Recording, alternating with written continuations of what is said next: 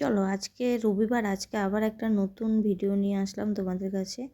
তো এই দেখো, এগুলো দেখছো, এটা আমার একটা ক্যামেরা। এই ক্যামেরাটা কেনা হয়েছে মোটামুটি 3 বছর হয়ে গেছে, কিন্তু আমি সেভাবে ইউজই করি না। তো আজকে একটু ইউজ করব, সেই জন্য বের করলাম। দেখেছো কি অযত্নে পড়েছিল। তো যাই হোক, আমি সেটিং করে নিলাম। আর তারপরে আমি তো রেডি হয়ে আমি বেরিয়ে পড়লাম আমার গন্তব্যে। কোথায় যাব জানো? আমি যাব চুল কাটতে, কারণ চুলগুলো অনেকটাই বড় হয়েছে। আর এখন এমন একটা অবস্থা হয়ে গেছে, চুল বড় হলেই মাথার যন্ত্রণা শুরু করে দেয়। মানুষ ভাবে চুল কাটতে যাওয়া তো সামান্য একটা কাজ, কিন্তু আমার কাছে আজকের এই যাওয়াটা নিজের সাথে একটু সময় কাটানোর উছালা। হেলমেটের ভেতর বাতাসের শব্দ শুনতে শুনতে নিজের সাথে কথা বলা, আর তারপর একটু নতুন লুক নিয়ে ফিরে আসা। এই ছোট ছোট মুহূর্তগুলোই তো একঘেয়ে জীবনে একটু সতেজতা আনে। আজ অনেকটা পথ পেরিয়ে যাচ্ছি একটা ছোট পরিবর্তনের খোঁজে। আসলে আমাদের জীবনটাও তো অনেকটাই রাইডটার মতন, তাই না? মাঝে মাঝে যেমন চুলের ছাট বদলে আমরা নিজেকে নতুন করে দেখতে চাই, তেমনই জীবনের কিছু পুরনো স্মৃতি ছেঁটে ফেলা খুব দরকার হয়ে পড়ে।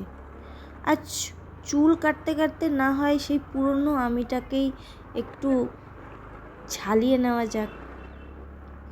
এই যে মাইলের পর মাইল একা পথ চলা, এটা আসলে পালানো নয়, এটা হলো নিজেকে খুঁজে পাওয়া। ভিড়ের মধ্যে আমরা অন্যকে খুশি করতে করতে নিজেদের হারিয়ে ফেলি। এই একাকিত্ব আমাকে মনে করিয়ে দেয় আমি কে ছিলাম আর আজ আমি কোথায় দাঁড়িয়েছি। চলতে চলতে হঠাৎ খেয়াল করলাম গাড়ির তেল কমে এসেছে। আসলে আমাদের জীবনটাও তো অনেকটা এই রকমের, তাই না?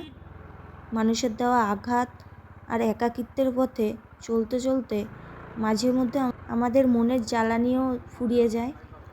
গাড়ি যেমন তেল ছাড়া চলে না, মনও তেমন একটু শান্তির খোঁজ করে।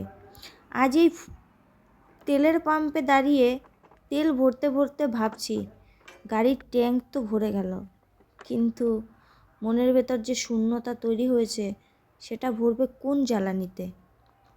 কেউ যখন ঠকিয়ে চলে যায় তখন মনে হয় পৃথিবীটা থমকে গেছে, কিন্তু এই রাস্তা আমাকে শিখিয়েছে চাকা যতক্ষণ ঘুরবে ততক্ষণই জীবন। সে হয়তো ভেবেছিল আমাকে মাঝ রাস্তায় ফেলে দিলে আমি আর চলতে পারবো না, কিন্তু সে জানতো না একলা চলার জেদটা যখন মাথায় চেপে বসে তখন পথের দূরত্ব আর ভয় দেখায় না। কিছু মানুষ আমাদের ঠকায় শুধু এটা বোঝাতে যে আমরা তাদের চেয়ে অনেক বেশি দামি কোনো কিছুর যোগ্য। বাইকের লুকিং গ্লাসে যেমন পেছনের গাড়িগুলো স্পষ্ট দেখা যায়, জীবন থেকেও কিছু মানুষ চলে যাওয়াটা আজ বড্ড পরিষ্কার হয়ে গেছে। আমি যাকে গন্তব্য ভেবেছিলাম সে আসলে ছিল মাঝ রাস্তা, একটা ভুল মোড়। বিশ্বাসের হ্যান্ডেলটা হয়তো আমি একটু বেশি শক্ত করে ধরেছিলাম, তাই সে যখন হাত ছেড়ে দিল ভারসাম্যটা রাখা একটু কঠিন হয়ে পড়েছিল। কিন্তু আজ আমি একটা রাইড করতে শিখে গেছি। আজ যখন সত্যি অনেক দূরে চলে এসেছি তখন কেন জানি বারবার সেই শুরুর দিনগুলোই মনে পড়ে। সেই কাঁচা হাতে হ্যান্ডেল ধরা আর প্রথমবার হাওয়ার ঝাপটা মুখে লাগার সেই আনন্দ। কিছু স্মৃতি আসলে কখনো পুরনো হয় না।